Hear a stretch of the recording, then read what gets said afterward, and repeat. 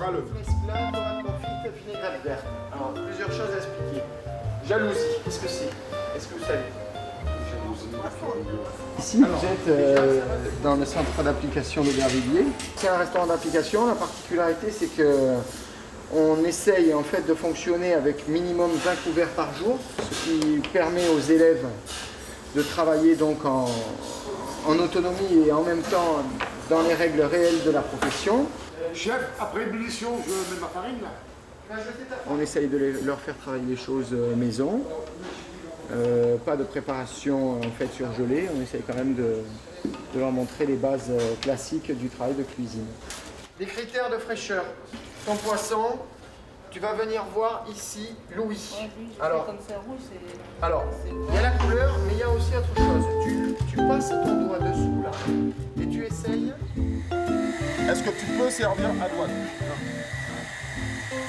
Je vous ai donné tous les petits trucs ou machin.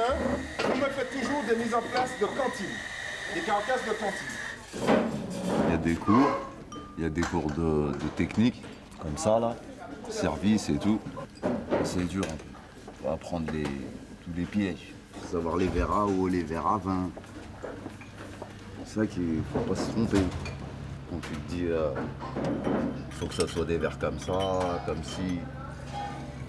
C'est un peu marrant.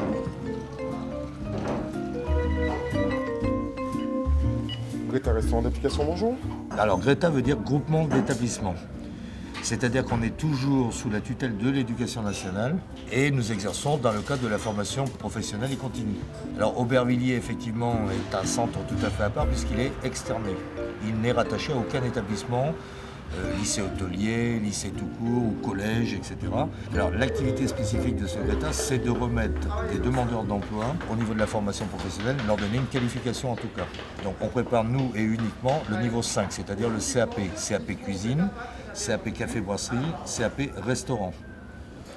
C'est-à-dire qu'on a des stages à la fois diplômants et d'autre part on a des stages dits qualifiants et des stages RMI tels que celui-ci. Eh bien moi je suis inscrite à la NPE et puis je voulais faire cette formation parce que moi déjà je ne peux pas trouver de travail.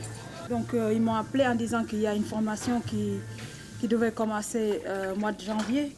Et ils me l'ont proposé, j'ai accepté parce que c'était un domaine qui me plaisait beaucoup. Et après, tu la verses. Voilà. En fait, le but sur cette classe-là est de leur redonner le goût au travail, en fait. C'est pour ça que donc on a axé beaucoup plus dans la formation sur l'aspect pratique du métier, quoi. Pour que vraiment ils puissent se remettre dans des conditions,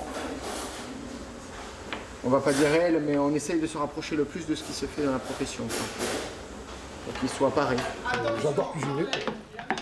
J'ai toujours cuisiné chez moi, oui, même dans mon enfance. Et ça m'a toujours attiré la cuisine. Malgré que je viens du bâtiment, le stage de cuisine, ça fait au moins 4 ans que je l'ai demandé. On m'a mis aux oubliettes, je sais pas pourquoi. Malgré que c'est pas rémunéré. Quand je vous parle de chaleur. Ben oui, c'est une chance quelque part. En espérant que je serai un grand chef d'ici 1 an ou 2. Vous voyez, je suis pas prétentieux. Hein. Alors, les gens qui sont là aujourd'hui, ce sont des gens avec l'absence de rémunération. Tout le monde peut penser effectivement qu'on ne vient pas nécessairement en stage, on pourrait se contenter de rester à la maison. Donc il faut une certaine volonté quand même de la part de ces gens-là. Les gens en salle démarrent davantage qu'on pourrait appeler à zéro que ceux de cuisine. Ceux de cuisine ont toujours quelques habitudes de cuisine familiale, de cuisine plus ou moins pratiquée auparavant. Tandis qu'en salle, c'est pratiquement, on démarre au niveau 0. Ça s'appelle un sommelier. Alors, il y a différents types de sommeliers. Il y a ce modèle-là. Et vous avez ce modèle. Ça revient exactement, c'est la même chose. Souvent, on dit que le vin, on doit le préparer à un bébé ou à une femme. On doit le choyer, le vin. Félix, ça, c'est pas mal.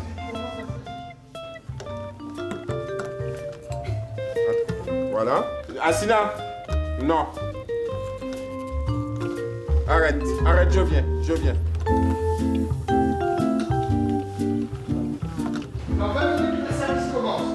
C'est agréable d'ailleurs de cuisiner et de trouver après des gens qui mangent derrière. Ça révalorise un peu le travail. Et puis ça nous, comment dirais-je, ça nous donne plus d'assurance. Vous savez, quand quand vous sortez un plat du four ou du feu, et vous voyez que c'est bon et puis bien réalisé, c'est comme pour, je sais pas, une faïence.